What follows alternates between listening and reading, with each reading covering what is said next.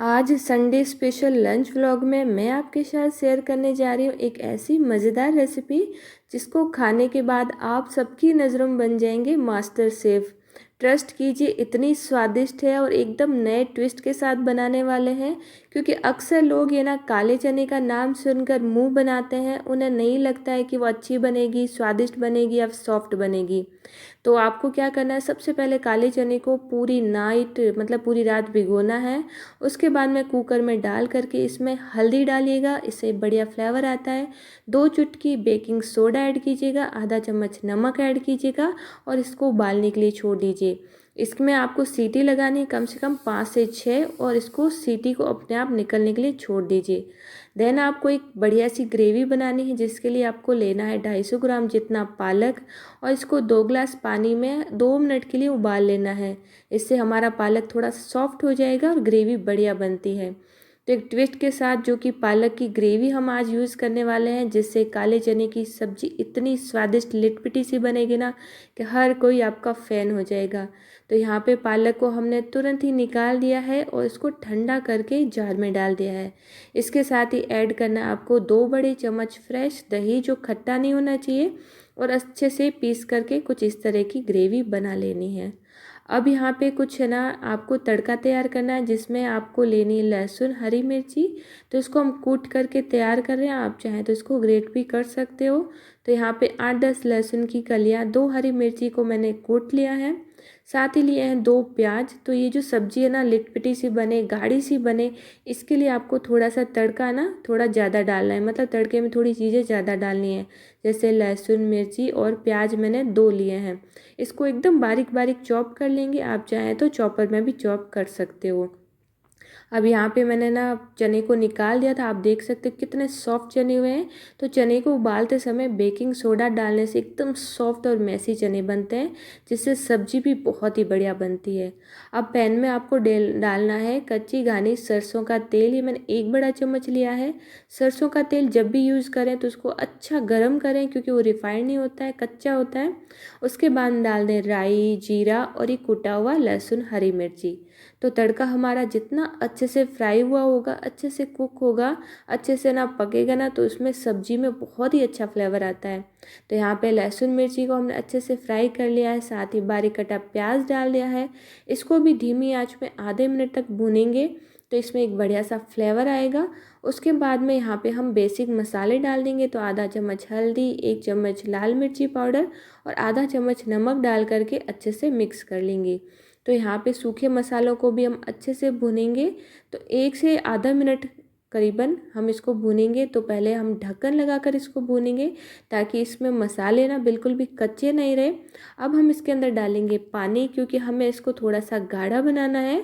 तो साथ ही मैंने धनिया पाउडर ऐड किया है 1 छोटा चम्मच, और यहाँ पे 1 से 1.5 कटोरी पानी हम इसमें ऐड करेंगे। तो जो ग्रेवी होगी ना, ये जो प्याज की पहले हम ग्रेवी बना रहे हैं, ये भी थोड़ी सी गाढ़ी होगी ना, तो चने पे अच्छे से कोट होगी, अच्छे से चने जो ना लिटपिटे से बनेंगे। तो पानी को अच्छे से मिला करके फिर से ढक्कन लगा के कम से कम 1 मिनट तक हम पकाएंगे, जब तक कि तेल आपको ऊपर दिखने नहीं लग जाता। तो अब आप देखिए तेल आपको ऊपर दिख रहा है, किनारों पे लग रहा है, और मसाले भी अच्छे से पक चुके हैं, हल्के गाढ़े हो चुके हैं। तो अब हम इसके अंदर डाल देंगे ये पालक और दही की ग्रेवी। अब क्योंकि इसके अंदर दही है ना, तो आपको 1 से 1.5 मिनट तक कंटिन्यूसली चलाना है डालने के बाद, ताकि दही फटे नहीं। और जैसे ही हम इसके अंदर ग्रेवी डालते हैं, तो आप देखिए इसका कलर एकदम चेंज हो जाता है, दिखने में भी सुंदर लग रहा है, और खाने में तो क्या ही बताऊँ, इतना गजब का टेस्ट आता है ना कि आप यकीन नहीं करोगे कि घरेलू चीज़ों को भी हम थोड़ी सी नई तरीके से बनाए ना, तो इतने स्वादिष्ट बन जाते हैं ना कि रेस्टोरेंट और ढाबे भी फेल हो जाते हैं उसके आगे। और कहीं भी जाने की ज़रूरत नहीं, घर पे बनाइए, खाइए और मस्त रहिए। तो यहाँ पे 1 से 1.5 मिनट तक जब हमने इसको अच्छे से चलाया ना, तो अब ये नहीं फटेगा और इसमें बबल्स भी आने शुरू हो गए। तो अब आपको इसको चलाने की ज़रूरत नहीं है। यहाँ पे जो पालक और दही की ग्रेवी थी वो भी अच्छे से पक चुकी है। तो अब हम इसके अंदर डाल देंगे उबले हुए चने। चने को डालने के बाद आपको लो फ्लेम पे इसको पकाना है 5 से 7 मिनट तक, ताकि चने में अच्छे से इसका सारा ही जो ग्रेवी का टेस्ट अच्छे से चला जाए और चने अच्छे से सॉफ्ट हो जाए, और सारी सब्जियां मतलब सारा फ्लेवर एक दूसरे में चला जाए। तो यहाँ पे मिर्च मसाले वैसे अपने अनुसार कम कर लीजिएगा। तो यहाँ पे हमारी बहुत ही बेहतरीन सी सब्ज़ी बन के तैयार हो चुकी है। और ये एक ऐसी सब्ज़ी है ना जो काले चने नहीं खाते ना, वो भी मांग मांग के खाएंगे, मैं आपसे दावा करती हूँ, इतनी बढ़िया लगती है।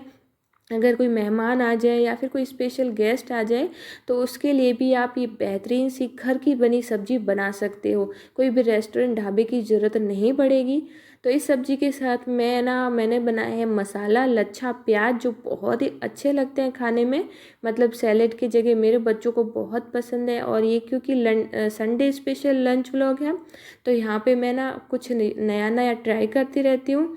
और मुझे मेहमानों की ज़रूरत नहीं पड़ती है, मुझे घर वालों के लिए और बच्चों के लिए बनाने का भी बहुत शौक़ है, उन्हें नई नई चीज़ें खिलाने का, नई नई चीज़ें बनाने का। तो ज़रूरी नहीं है मुझे मेहमान की, मैं घर पे ही अक्सर बनाती रहती हूँ।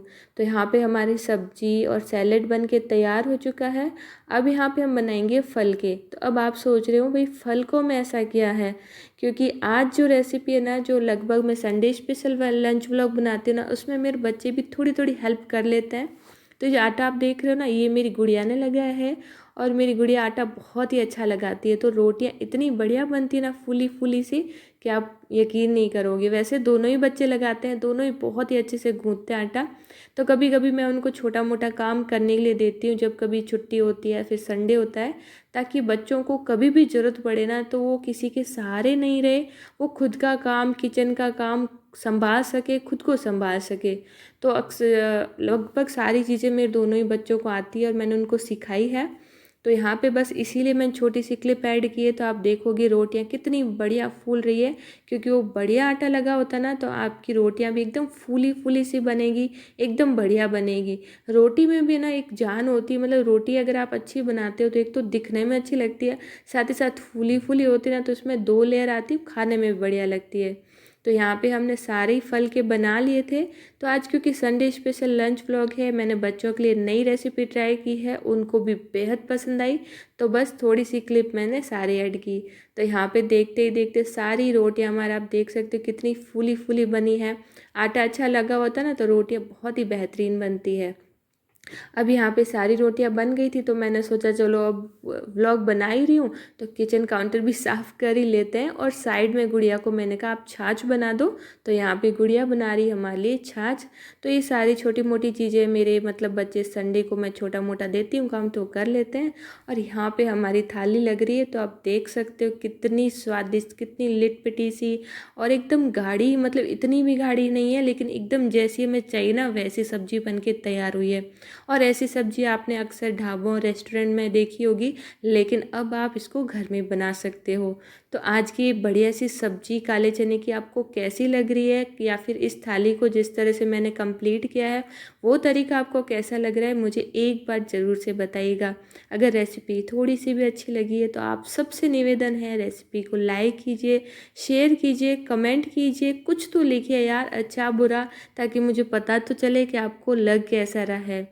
तो भाई हम तो शेयर कर, मतलब मेरा टाइम हो गया लंच करने का, तो मैं जा रही हूँ बच्चों के साथ इसको लंच करने के लिए। आप इस रेसिपी को कब बना रहे हैं मुझे ज़रूर बताइएगा। मैं मिलती हूँ नेक्स्ट लंच व्लॉग में, तब तक के लिए thank you, take care, bye bye.